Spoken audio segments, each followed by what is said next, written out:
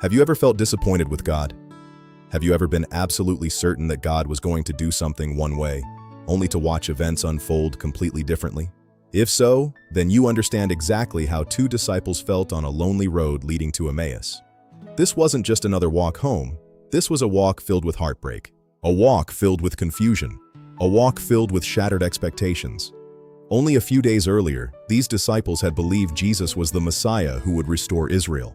They had witnessed incredible events: the triumphal entry into Jerusalem, the cleansing of the temple, the Last Supper, the miracles, the teachings, the promises. Then everything changed. Jesus was arrested, mocked, beaten, crucified, dead.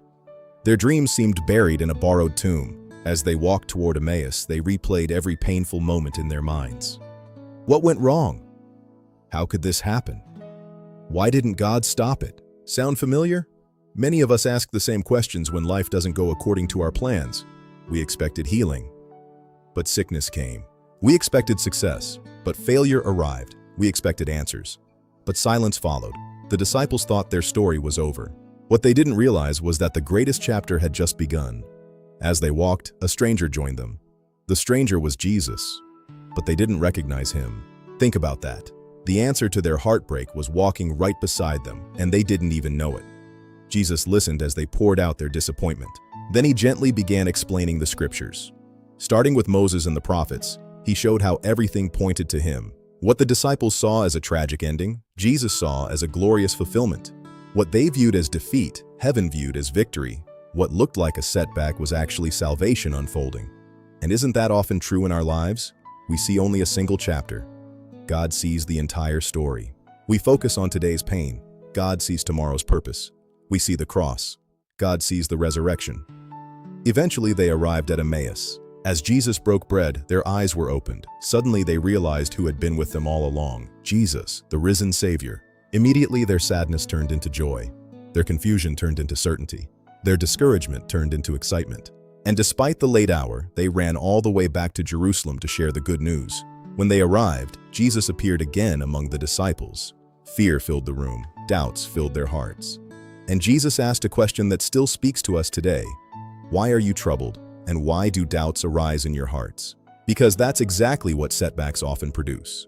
Trouble, fear, anxiety, doubt.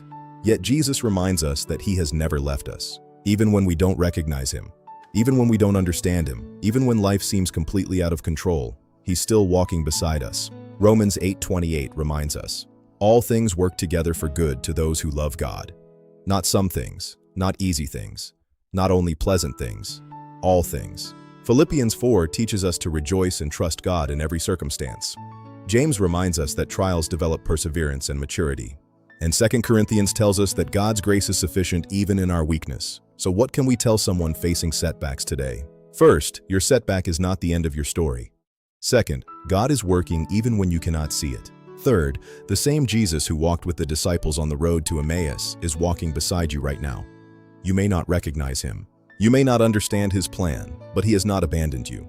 One day you'll look back and realize that God was guiding you every step of the way. Today, if you're walking through disappointment, remember, your Emmaus road is not your destination. Resurrection morning is coming. Can you think of a time when God was working in your life, but you didn't realize it until much later?